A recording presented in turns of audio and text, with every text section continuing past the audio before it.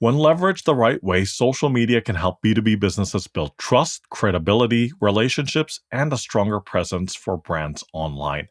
That said, juggling social media while running a business and managing a marketing campaign with many moving parts can be overwhelming and challenging. So, how can B2B companies leverage social media for greater impact? Welcome to this episode of the B2B Marketers on a Mission podcast, and I'm your host, Christian Klepp. Today, I'll be talking to Maggie Carey, who will be answering this question.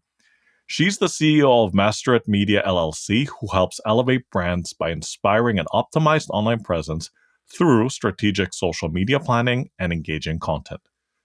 Tune in to find out more about what this B2B marketer's mission is. And we are off. Maggie Carey, welcome to the show. Hey, welcome, Christian. So happy to be here. Thank you for having me as your guest today. Absolutely delighted to have you on the show. And for the folks that are listening to the audio version of this, I've got to say that Maggie is very consistent in terms of color. I'm seeing a lot of purple here, right? Like there's a purple shirt, there's a purple lampshade, there's a pair of purple lips in the background there, and purple light, purple nails. I mean, it's just a purple world. It is. It is a purple world. It's always a purple world in my world. It's one of the best branding advice I ever received, Christian. It is one of those things that just sets me apart in a sea of black. Yes, absolutely. Be the signal amidst the noise, as they say, right? Yes, exactly. Yeah. And speaking of being the signal amidst the noise, I'd love to jump right into it because I think this is going to be a very relevant topic to B2B marketers out there. Some of them may already know something about this, others don't. And the people that you serve are people that are just struggling with the overwhelm, and you help them to get unstuck and pull them out of the quagmire, as it were, right? Yeah, I say clear the cacophony of chaos. Yeah. That's a great way of putting it, for sure. All right, so let's dive in. So, Maggie, you're on a mission to elevate brands by inspiring, let's say, an optimized online presence through strategic social media planning and engaging content. So, for the purpose of this conversation, let's narrow it down. Well, I say narrow it down, but let's focus on the topic of how B2B businesses can leverage social media for brand awareness, thought leadership, and relationship building. So I'm going to kick off this conversation with two questions, and I'm happy to repeat them. So what is it about social media that you think many B2B businesses don't understand? And given that question, where do you see many marketing teams struggle? That's a great question that we could have countless hours talking about. But in a nutshell, where I see marketers missing the mark is when they forget about the human element of social media. Now, I've got 40 years in IT. I've been an IT professional. I've seen technologies come and go. Social media is just another tool that we use to communicate. And I tend to find that sometimes marketers think of it more like a billboard or the marketing tool that's more about promoting the product, and they forget about the human element. And that's where I think they could really benefit from by focusing on the client's pain points, their customers' pain points, right? So we're B2B marketers helping other businesses. We need to explain to those businesses, look, it's yes, your product, your service is amazing, but we need to story tell, show social proof, give something real time that's going on. During COVID, I ended up my business soared because so many people were looking for ways of promoting their business, right, without having an in-person element. So how do you adjust and adapt? To answer your second question about where I see them struggle, I think it's the 3 C's: consistency, clarity, capacity, right? Like, how are they posting consistently? And by consistently, it could be, I'd like to see them posting 3 to 4 times a week for their clients, right? This is where they maybe if they can't do every day, this will give them a solid presence. But if their message is muddied, if they're not sure where they're going or what, like, are you looking for brand awareness? Are you looking for lead gen? What's your goal? It's like having a conversation and not knowing where it's going. You kind of get lost in the mix. Business owners face this all the time, right? If they don't have a goal, they end up getting sidetracked by all this minutia, other people's priorities, and they don't have clarity. Same with your social media. You have to have a goal and you have to have clarity on what you're selling and why you're selling it. And it's always focused around that client. So, and it comes down to your capacity, your time. If I didn't have time to do my social media, that's an issue. How am I going to find the time? And a lot of that time is because they're using a tool that helps them fast track their creation. They don't get stuck. I can't tell you how many times I've helped businesses and they're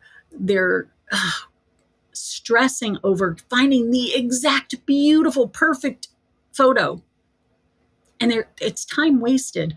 Get something that's good enough, that says what it needs to say, and go with it. Or take that picture, take multiple pictures. So those are kind of some pitfalls I see many of us. And look, I've fallen into this trap as well, right? This is how I know what the problem is, because I've experienced it. And I think many business owners face that too. The reason they can address a problem, the reason they have a solution, is because they've been through it themselves, or someone that they know has been through this and they've had the experience. Absolutely, absolutely. And I'm with you on that one in terms of consistency, clarity, and the capacity. Like, I think the consistency part is definitely something I can speak to. Like, even just from a podcast perspective, I always say everybody and their mom's dog launched a podcast during the pandemic. Yeah. But then fast forward 3 years, not a lot of podcasts made it past episode 20, right? And it's like same but different, right? Because it's also about, like, okay, you just publish an episode here and there. Is it every week? Is it every day? Every day is quite an ambitious target, but it's the consistency of it, and then some of them fizzled out, and the reason for that is because they did it without a clear strategy. Let's just invite everyone on the show and talk about stuff. Well, what stuff are you talking about? How is it relevant to the listener? Or are you just bringing this person on because you thought it was a great topic? Will the audience find it interesting? Will it resonate with them? And that's reflected in I suppose that the numbers tell that story, right? You look at the dashboard and you see the number of downloads, and we even look at things like drop-off rate or impactful plays. So, like, do they listen to it from start to finish, or do they drop off after 5 minutes?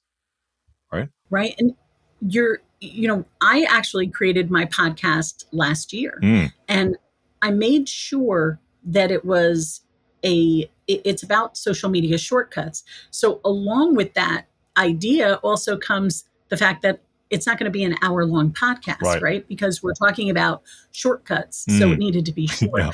And I think that's where, we're talking social media today, but we could be talking about anything in the marketing world. Or, your podcast is a great way, again, consistency, right? I don't care if you post once a month, if you're consistent with the once a month in that podcast, but it has to be value. You always bring value with your podcast. You have a rich podcast with tons of episodes. People can go and pick and choose what they want, and they can binge listen to podcasts, which is great.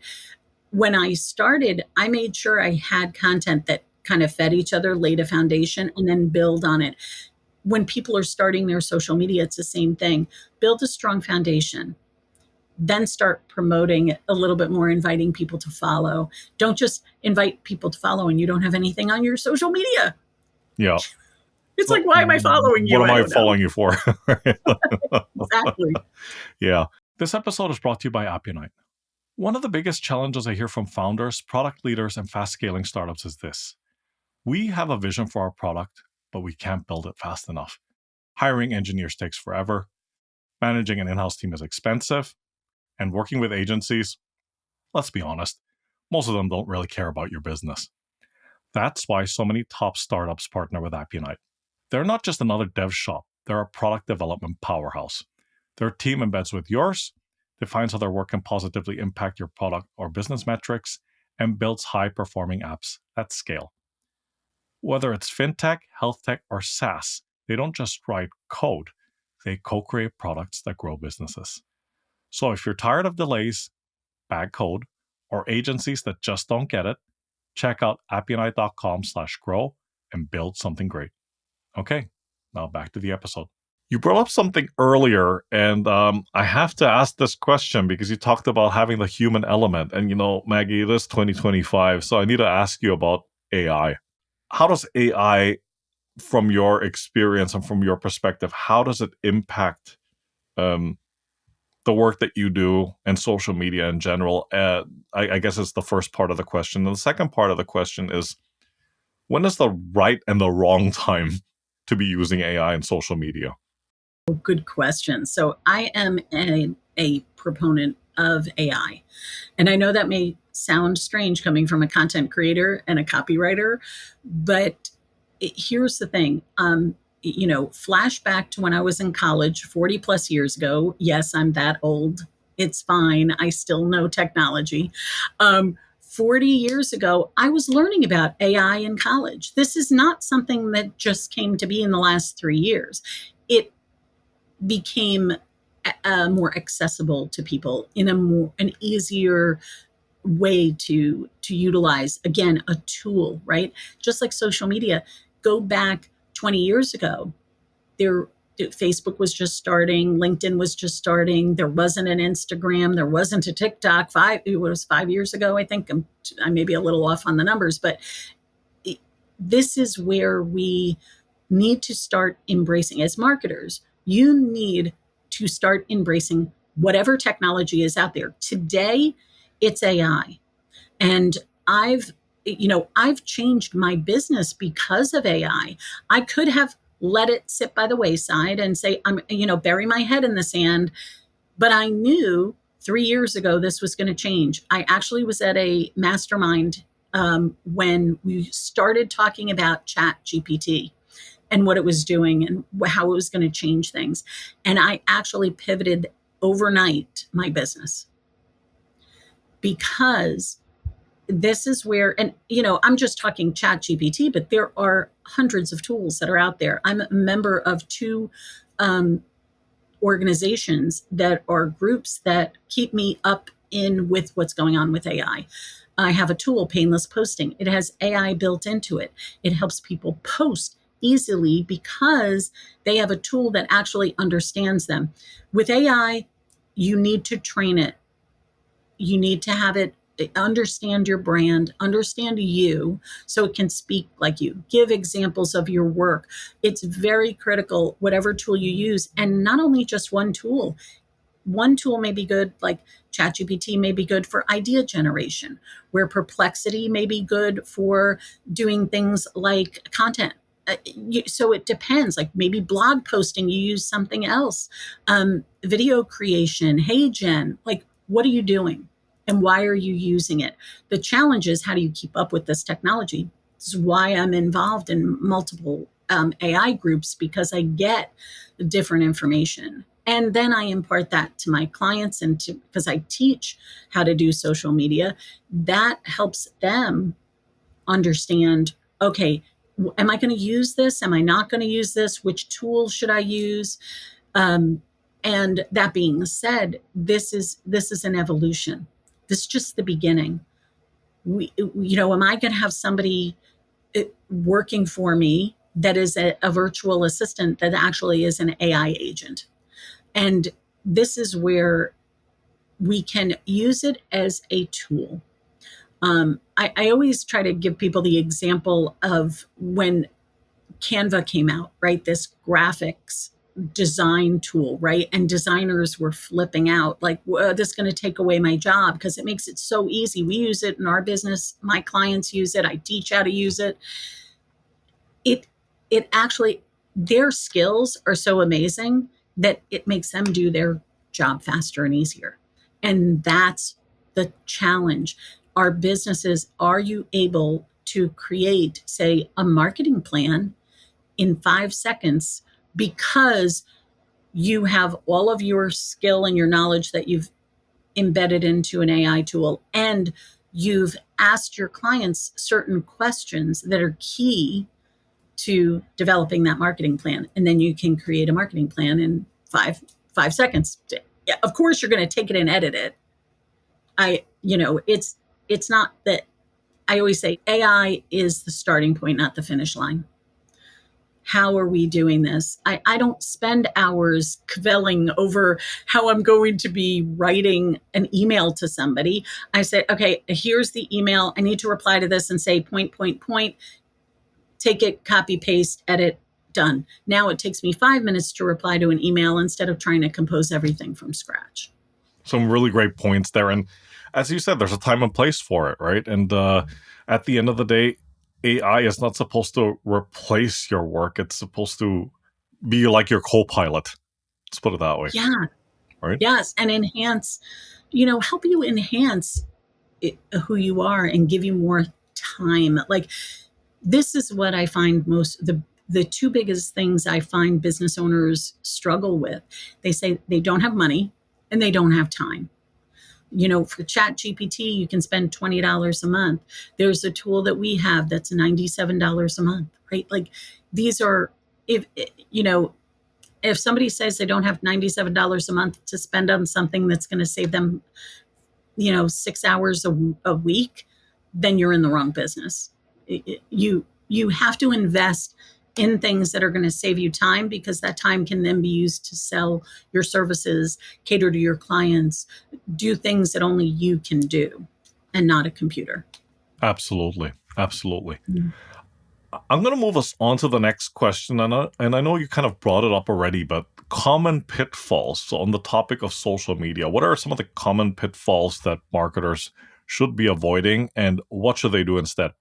Yeah, the biggest one is the me pitfall.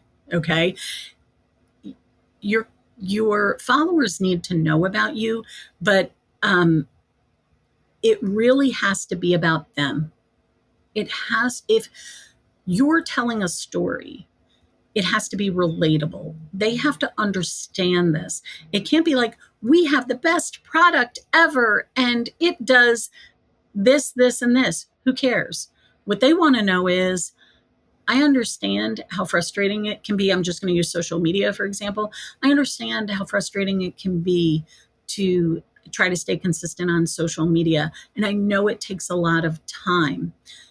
There are ways you can shortcut doing this. You can follow my help process. And then I explain the help process.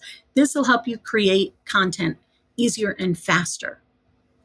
I've promoted my business, but in a way that's helpful. I'm giving my clients or my followers a quick win.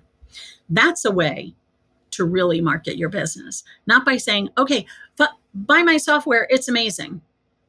Who cares? They want to know how it's going to help them, what's going to be the result. So that's a pitfall. Don't talk just about you or your products or services. Now, I'm not saying don't promote your products and services. I'm saying find creative ways to do it. And maybe 1 out of 5 posts should be a blatant sell your product. So the others should be a nice mix of content. The other one, this is a big one, and I hope people really take this to heart. It's, you ever heard of the term post and ghost? So somebody will post and then they disappear. It's like me going up, introducing myself and saying, hi, I'm Maggie, nice to meet you. And you say, hey, I'm Christian, how are you? And I turn and walk away. It's the same concept. So when somebody leaves you a reply on a post, you need to comment to it. But don't just make it all, again, about you. Go to I have a LinkedIn process that I use. And what I do is I go on LinkedIn and I engage in other people's content. And I'm strategic about it. I pick a variety of different, maybe, leaders and shakers in the social media world or the AI world. Maybe I'm commenting on one of my clients' posts. Maybe I'm a colleague that's a good referral partner.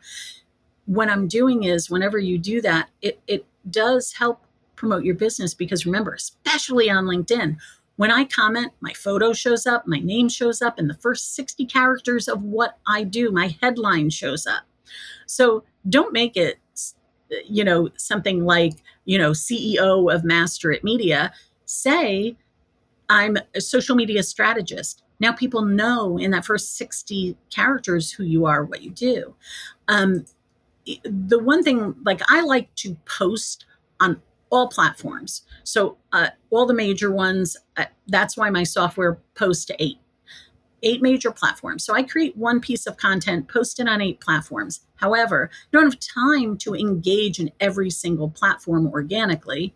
So what I do is I pick the one that I feel is best suited for me. And B2B marketers know LinkedIn is a great fishing ground. But I still reply to all the other so I'll reply to other comments on Instagram and Facebook and TikTok, and do all that. But I spend most of my time on LinkedIn, and I schedule 15 minutes a day. And one of the time saving tips is to repurpose content. So that's where, again, look, I found tools that work for me that I sell to my clients, because they can't do it without it easily. They could do it without it, but it's going to take them a lot of time. So repurposing content is one of those things. I have an Instagram account that is actually on autopilot. I have 120 evergreen posts that I created. It took me some time to create the content, but it's on autopilot now. I just say, okay, every Monday at 8:30, Wednesday at 10:30, and Friday at noon, I want you to go through this list of 120 posts and post. That goes for 8 months without me having to create content. Are people going to remember what you posted 3 months ago, let alone 8 months ago? Also, is it still, as long as it's still evergreen, and still valid, you have new people who are following you. So those are some common pitfalls. They create all this amazing content and then don't use it again. And it like disappears into the void. Like, use it. Don't think that you have to create new content every single day for your post. Now you can post every single day because you've already had content that you posted a year ago you can repurpose again. You bring up a really interesting point, and I saw this trend during the pandemic, and I'm sure you did as well. I guess it's, for lack of a better description, artificial engagement. So there's a lot of people just putting out these absolute nothing burgers, and they're getting like 500 likes, and they're getting all this engagement. But when you read through the engagement, there's nothing of substance. So it's almost like they're trying to like trick the algorithm or something of that nature. And it works against them. Yeah. The algorithm is smart enough to know when another computer is doing something. Yeah. And the other, like, sometimes you'll see this a lot. We all are busy, right? But Sure. They'll do the like, and they'll put the little fire emoji, or they'll like, what? Okay, but if I said something of value, and look, you can this is where AI can help you. Have AI open on, split your screen, have AI here, have LinkedIn here, have a post that somebody created, copy paste it into, like, I have an AI responder for each platform: Instagram, LinkedIn, Facebook, because you're going to reply differently based on the platform. And I put it in, and I'll say, can you reply to this? I want to make a point that, brand, it should be the foundation of everything you do. Have it come up with a reply. ChatGPT does it, copy, paste, plug it in, do your little edits, post. Now it takes me a minute to do something instead of trying to create everything from scratch. And I'm providing value that remember, because I'm editing it, I'm not just copying and pasting, that the algorithm in whatever platform you're in is going to see as real engagement. And remember, you're establishing yourself as a thought leader, especially on LinkedIn, in that platform. Absolutely, absolutely. We're gonna get to that thought leadership piece in a second, but before we do, Oh, let's take a step back, right? Because this is something I'm sure you probably have these discussions with your clients more often than you care to count. And there's that point in the conversation where you probably tell them, like, guys, I understand that there is urgency here. You want to get out there and build your online presence as quickly as possible, but let's take a step back and do the right research and have the right strategy in place. You just talked about brand being the foundation, so there's mm, that piece of it as well, but there needs to be a content strategy. It's not just like, Maggie, where's my content calendar at, right? So talk to right. us about the importance of, if we're going to use the real estate analogy, having that solid foundation before you build the rest of the house. Yeah. Oh no, it's so critical. I have this plan that I give to people. It's a freebie. It's masteryoursocialmedia.com. And in it, it helps businesses come up with categories so that they mix up their content. Remember, I was saying like 1 out of 5 posts could be blatant promotion of your product or service. The others, what are they? Is it, are you providing tips? Like we have a lot of business coaches, I have life coaches. They want to provide inspiration. So they may have a motivational Monday. Some people categorize by day, like a motivational Monday, a tip Tuesday, a wisdom Wednesday, a throwback Thursday, and a feedback Friday. So they'll do things like that that mixes up the content, but also provides some kind of consistent feel to their social media. Um, so, but planning out your content, I just had a client the other day. She gave me an amazing testimonial, and she said, "Maggie, because I'm using your system, I'm I her son just had a baby, very happy, right? But she's in grandma mode. First grandchild, she is ready to motor. She is going on vacation, help them not only new baby, new house, new baby. She is not going to be on social media for at least 2 weeks. She said, I spent 2 hours creating 2 weeks of content. She said, it normally would take me 6 to 10 hours to do the same thing, but now I don't have to because I can schedule it out. It's going to run for me in the background. These are things and she's able to plan, right? So as she's creating the content, she's like, oh, wait a minute. I have like 2 back-to-back motivational things. Let me move this motivational thing. She just drags and drops it to a new date and does her thing. And I think that does help. The other one other little tip that I think people miss when they're planning, when they're looking at their schedule, they forget to look back. And you touched on this, Christian. They forget to look back at their analytics. What performed well historically? And for example, I'm not a fan of TikTok. I'm gonna be honest with you. Not and I'm not dancing on TikTok, but you can still use TikTok. Great marketing tool. You're creating a reel. Why not post it on TikTok? Right? You different audience, different demographic, different people.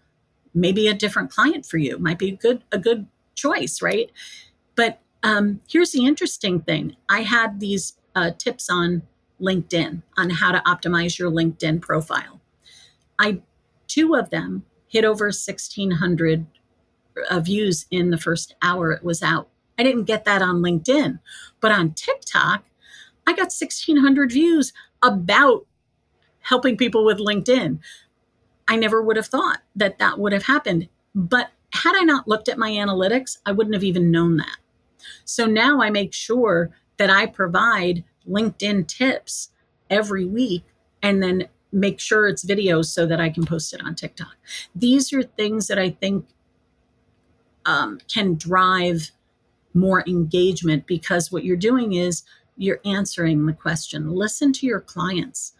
It's a great way of planning your content. One other tip that I had gotten. This is gold, by the way.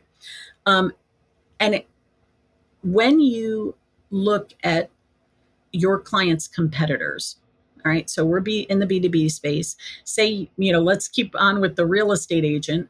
The real estate agent could look at negative comments from other real estate agents on, say, Google Business.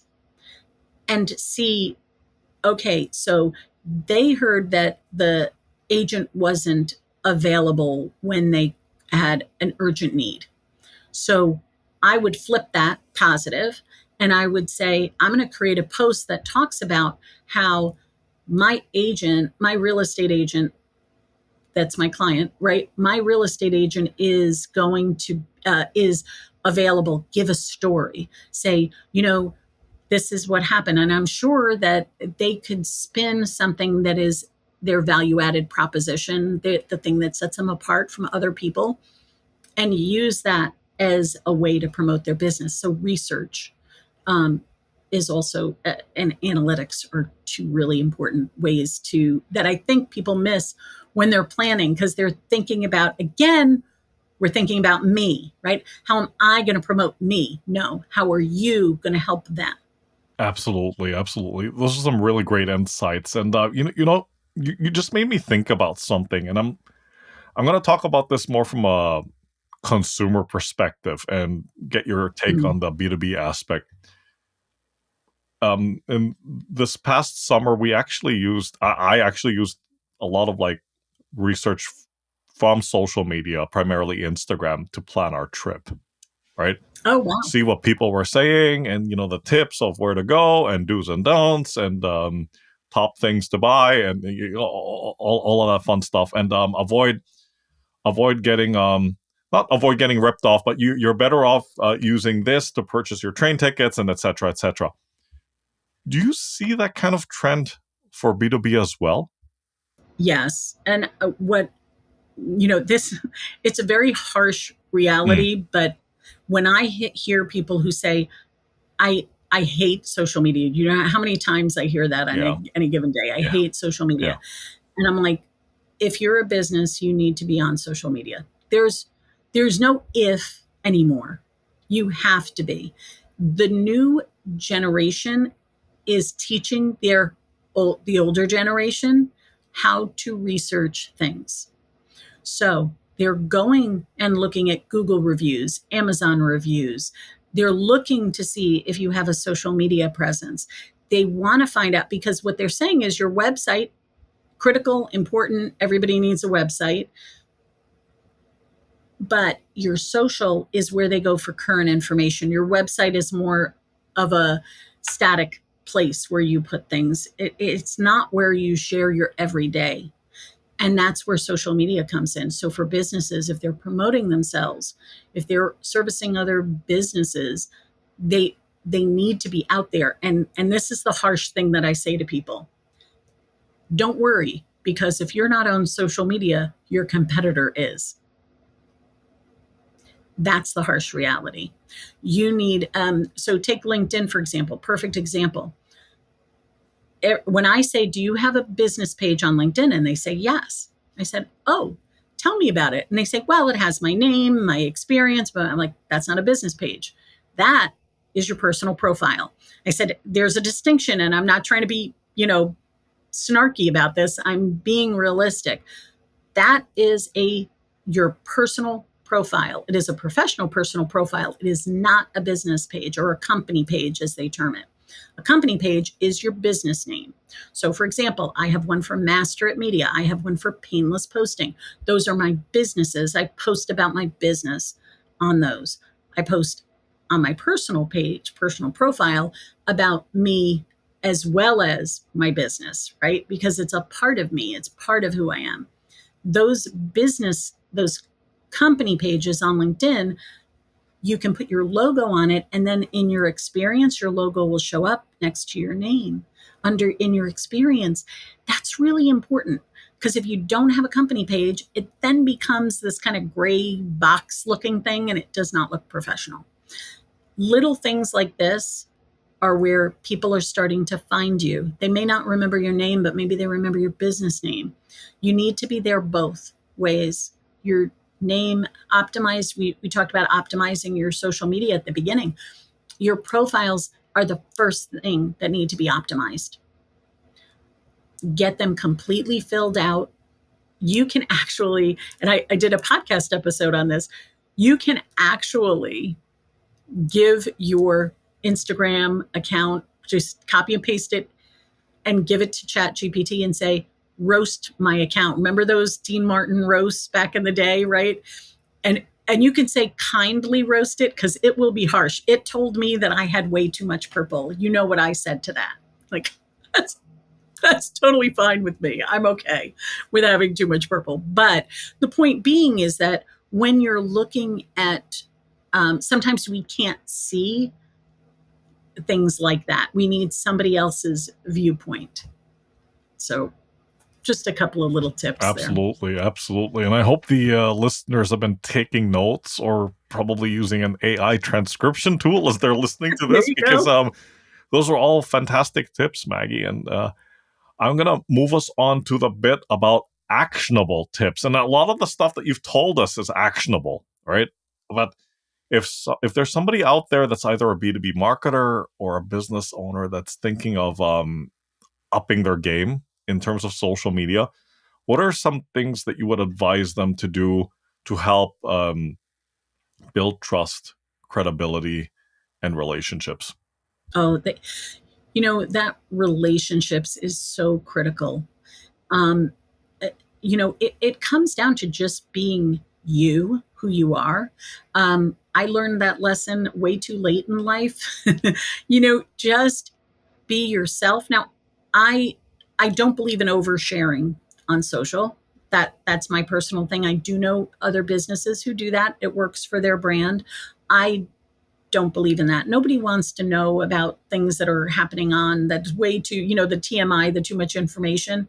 We want to provide who we are. So things like sharing that you're doing a speaking gig does a lot of things.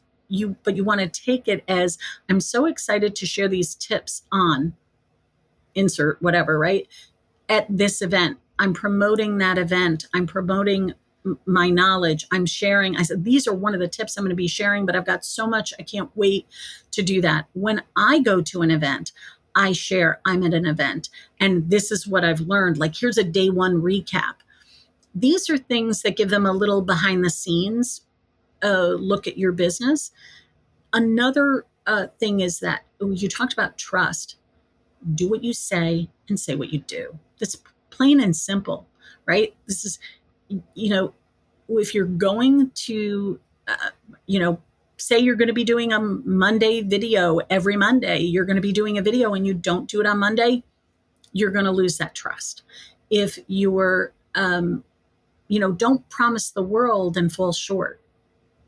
Don't over promise, over deliver. Don't over promise. Um, don't say, like, I had somebody who said, well, can you guarantee me that I'm going to get clients out of this? And I'm like, no, I can't. Nobody can get. I said, I don't. You could use Google Ads and have a great Google Ads campaign, but I can't promise. Nobody can promise these things, and I don't think you should. It goes a long way with trust. But say, I'm going to work hard at making sure that you have the best opportunity to land those clients, but you have to work with me. You have to provide this, and this, so I can help your clients find you. These are ways to build trust. Relationships are critical. And that's where, remember in the beginning where I shared about people forget about the human element? They keep thinking that Yeah. because they're working on a computer, that the other side is a computer, Right. and it's a human being. Yeah. So how do you build those relationships? Get to know them. Look at what they post about. When you direct message them, talk about that, and say, hey, I just heard, I just read on your feed that you're going to be speaking at, this AI conference. Congratulations. Tell me more about it. This is ways of building a relationship. Ask them about them, and you will build the relationship faster. Oh, Maggie, I really wish more people would follow that advice. I mean, like, we all get these connection requests where it starts off with, "Hey, Christian, really impressed by what you're doing." And I'm like, "Do you even know what I do?" Like, yeah. And and then in my head, I'm already mentally saying, "And cue sales pitch." And sure enough, bam, right? We do da da da da da da da, and then we've helped like name drop all these people that I've never heard of, And do you have time for a 15-minute call? And I mean, let's be honest. Is it really only going to be 15 minutes? Like, what could you possibly close in 15 minutes? And that's what, as B2B marketers, we have to fight against every day, Yeah. because there's so many people who are less than ethical. I'm just going to Yeah. say it. I was going to Yeah. pussyfoot around the No, word no, no, no, ethics, but no. no, they are less than ethical. Hmm. And they've been burned. I can't tell you how many times I've heard things like, well, I've had 5 social media people before in the past, and they just posted content without me approving it. They took my money and didn't give me what I asked for. The list goes on and on. Listen to them, because they are giving you gold. That information helps you promote you and your business and your clients' businesses. So, for example, when I hear that somebody says they took my money and, didn't give me anything, I say, we offer a, money back guarantee. Or I could say the other thing is they post without my approval. We have this very specific approval process that we go through. If you don't like what we've created for you, you give us the comments, we adjust and adapt it, we send it to you again. It will not post unless you approve the content. And then once you approve it, even if it's at midnight, it will be posted at the scheduled time without anybody having to do anything else. So, right, these are ways to kind of take the negative and make it a positive. So the ethical issue is so it and I get that I actually did this on LinkedIn once. I connected with somebody. He sent me 3 messages, one after the other, like they were definitely like sent autopilot, right? And it was about promoting his product. And I said at the end of it, I'm like, hey, I don't know if you've looked at my profile, but I'm a social media strategist. I have some great ideas to help you avoid doing this thing that actually is turning people off from scheduling meetings with you. Never heard from the person again. Yep. Yep. They don't want to, that's the kind of person you want to avoid in your business. That is one who is not building trust, who's not building a relationship, right? But we as marketers have to fight against that. And I feel so bad because we have to fight against the unethical people in the world. But remember, because of that, you can set yourself apart. I want to see your listeners take to heart that when they come here to listen to your podcast, they're getting valuable information that they can use and reuse over and over again in their businesses.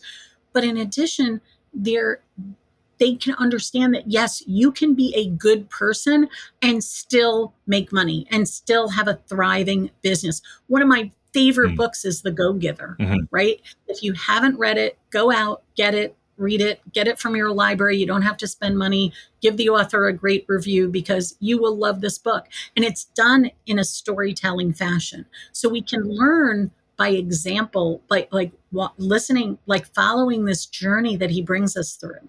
It's an excellent book if you haven't read it, and it is great for heart-centered business owners. Oh wow. Oh wow. Okay. Okay. I'll keep that in mind, and we'll definitely put the link in the show notes. Fantastic. We get to the point where I'm going to ask you a bonus question, right? And Ooh. you mentioned this a little bit earlier, right? You gave us hints about like your past. Um, I'm not saying that in a very cryptic or devious way. I rather I would say if you were to talk to Maggie 20 or 30 years ago, so the younger version of yourself, like what advice would you give your younger self?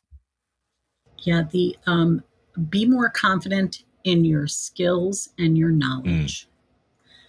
Focus on other people first, because that will return to you tenfold. And find people who will help you move the needle faster.